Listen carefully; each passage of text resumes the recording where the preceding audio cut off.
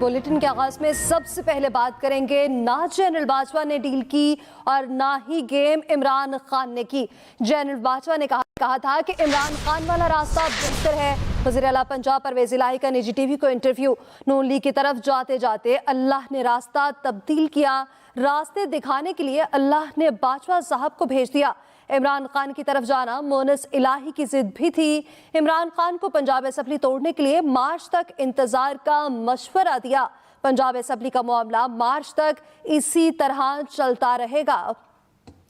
खान साहब का ये ख्याल था कि वो जनरली फील करते थे कि ये मेरे साथी हों, मेरे बाजू बने, मुझे फ़ायदा होगा।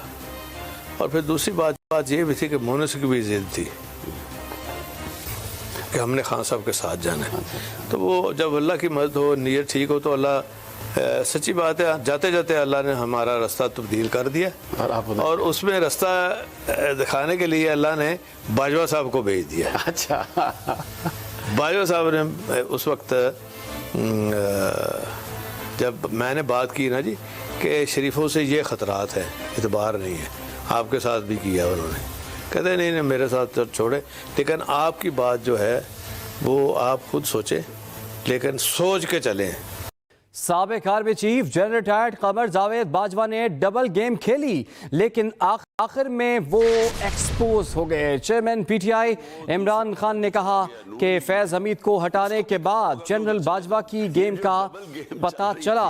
उन्होंने कहा कि जनरल बाजवा को तौसीह देना भी बहुत बड़ी गलती थी। ये जो डबल गेम चल रही थी, वैसे मैं आपको बताऊं, जितनी डबल गेम जनरल बाजवा ने खेली है ना, यानी वो कभी किसी को कुछ कह, हमारे अपने लोगों को किसी को कोई पैगाम जा रहा है, किसी को कोई और जा रहा है, अजीब उसकी वैसे एटीट्यूड देखे। लेकिन हुआ क्या एंड में? फायदा तो नहीं हुआ ना, एक्सपोज तो हो गए। चेयरमैन पीटीआई इमरान खान ने साबिक army chief general retired Qamar Javed Bajwa पर इल्जामात की बारिश कर दी। मुझे ये पता ही नहीं था कि किस तरह मेरे से धोखे दिए गए, झूठ बोले गए। यानी हम आखिरी दिनों में भी, जब हमें पता था कि ये साजिश चल रही है, मुझे आईबी की रिपोर्ट आ रही थी कि गेम चल रही है, वो क्या बेचारे निकालेंगे, वो बेचारा वो भी मुझे डर डर के कहता था, चीजें बतानी शुरू करके, मुझे वो राइटिंग में नहीं देता था, मुझे खुद आके बताता था कि पता न चल जाए। तो वो जब हमें पता चल गया कि पूरी गेम हुई है, नवाज शरीफ से इनकी बातचीत चल रही है, इन्होंने प्लान बना लिया है, खास तौर पे जब फैज को जब हटाया तो उसके बाद इनकी गेम तो चल पड़ी थी, तो मुझे तो पता था। इमरान खान ने निजी टीवी को इंटरव्यू में अपनी गलती भी तस्लीम की।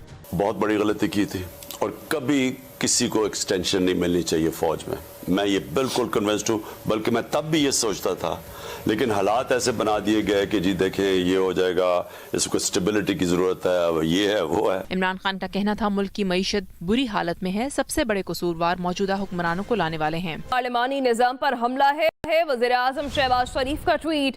कहा इमरान खान का मकसद सिर्फ इक़्तिदार का हुसूल, चाहे मुल्क की बुनियादें कमजोर हो जाएं। शहबाज शरीफ की जानिब से ये कहा गया। उन्होंने कहा कि इमरान खान का हालिया बयान जमहूरी पार्लिमानी निजाम पर हमला है। चोर दरवाजे से वज़ीर आज़म बनने वाला अपनी हुकूमत को पार्लिमानी जमहूरियत करार दे रहा है। रहनुमा पीटीआई फवाद चौधरी का वज़ीर आज़म शहबाज शरीफ को जवाब। कहा शहबाज शरीफ साहब, आपने ऐसा निज़ाम तश्कील दिया, लोगों का जमहूरियत से एतमाद ही उठ गया। सियासी कारकुनों, सहाफ़ियों के साथ जो मज़ालिम हुए उनका हिसाब होगा। फवाद चौधरी की जानिब से ये कहा गया। उनकी एक ट्वीट थी जिसमें उन्होंने कहा कि चोर दरवाजे से वज़ीर आज़म बनने वाला अपनी हुकूमत को पार्लिमानी जमहूरियत करार दे रहा है। वज़ीर रेलवे ख्वाजा साद रफ़ीक ने इमरान खान पर तनकीदी ट्रेन चढ़ाते हुए कहा कि जब तक जनरल रिटायर्ड बाजवा नहीं हुए तो आपकी ज़ुबान बंद थी, जब तक वो रिटायर्ड नहीं हुए थे आपकी ज़ुबान इसी तरह बंद थी। इस निज़ाम को चलने दें कि किस बात की जल्दी है, आपने कौन सी आग बुझानी है। एक दिन कहते हैं बात करूंगा, दूसरे दिन कहते हैं कि मैंने मजाक किया था। तो जो अब ये नहीं पता मजाक कब करते हैं और सीरियस कब होते हैं, तो इनसे कौन बात करेगा। अगर आप कहें कि जी आप असेंबलियों को चलने नहीं देंगे, भी क्यों नहीं चलने देंगे? असेंबलियां टूटने के लिए बनती हैं या लेजिस्लेशन के लिए बनती हैं या गवर्नेंस के लिए बनती हैं? आप हुक्मरान हैं, 2 रियासतों के और 2 सूबों के, तो चलाएं ना उनको। हमारी तो 27 किलोमीटर की हुकूमत है, जल्दी किस बात की है? कौन सी आग बुझानी है इन्होंने, या कौन सा कश्मीर फतह करने जा रहे हैं आप? अब चलने दें इस निज़ाम को, रहम करें लोगों पर।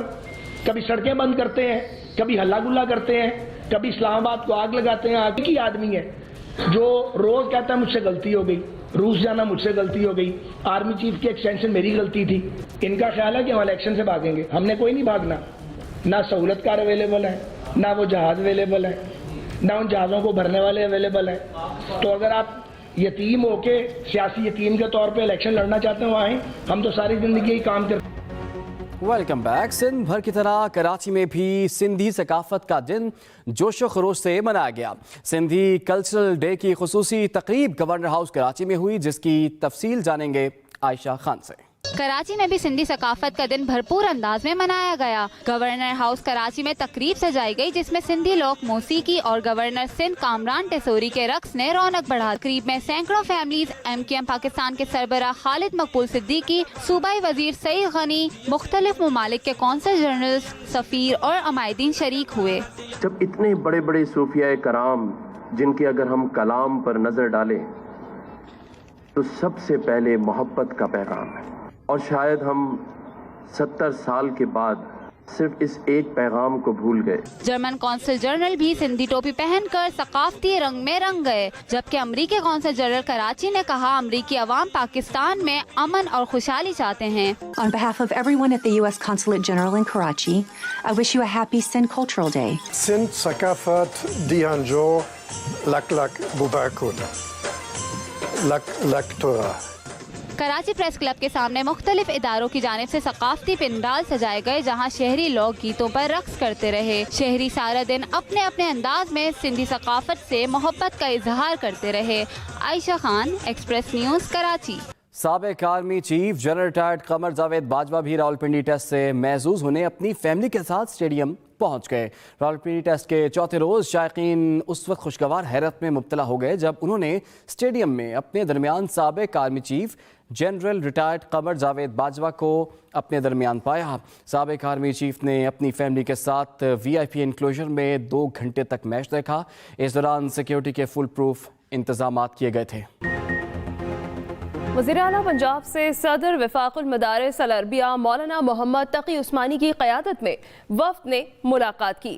وزیر اعلیٰ چودھری پرویز الہی نے کہا متحدہ علماء بورڈ پنجاب ترمیمی بل اور یونیورسٹی آف قرآن اینڈ سیرت سٹڈیز بل اسمبلی اجلاس میں پیش کیا جا رہا ہے. وزارت اعلیٰ سنبھالنے کے بعد قرآن بورڈ کو بحال کیا. پنجاب میں ہر اسکول اور کالج کے طلباء کے لیے ناظرہ اور ترجمہ قرآن لازمی قرار دیا گیا ہے. نجی سطح پر سود کے خاتمے کے لیے پہلی قانون سازی کی. علماء کرام نے دین کی خدمت کے لیے اقدامات پر چودھری پرویز الہی کو خراج تحسین پیش کیا. امیر جماعت اسلامی سراج الحق کا کہنا ہے ملک میں انصاف, روزگار اور صحت کی صورتحال ابتر ہے. اسلامی انقلاب آ کر رہے گا. تاندیا والا میں جلسے سے خطاب کرتے ہوئے سراج الحق نے کہا ملک میں قرآن اور نظام مصطفیٰ صلی اللہ علیہ وسلم کا نفاذ چاہتے ہیں. سیاسی جماعتوں نے عوام کے حقوق غصب کیے. کبھی روٹی, کپڑا اور مکان تو کبھی تبدیلی, اور سب سے پہلے پاکستان کے نام پر دھوکہ دیا گیا. PDM اور PTI نے عوام کو IMF کا غلام بنا دیا. ریمن ڈیوس اور ابھینندن کو ان کے ملکوں کے حوالے کر دیا گیا, لیکن کسی حکمران نے عافیہ صدیقی کے لیے آواز نہیں اٹھائی. مقبوضہ کشمیر میں مسلمانوں پر مظالم ڈھائے جا رہے ہیں.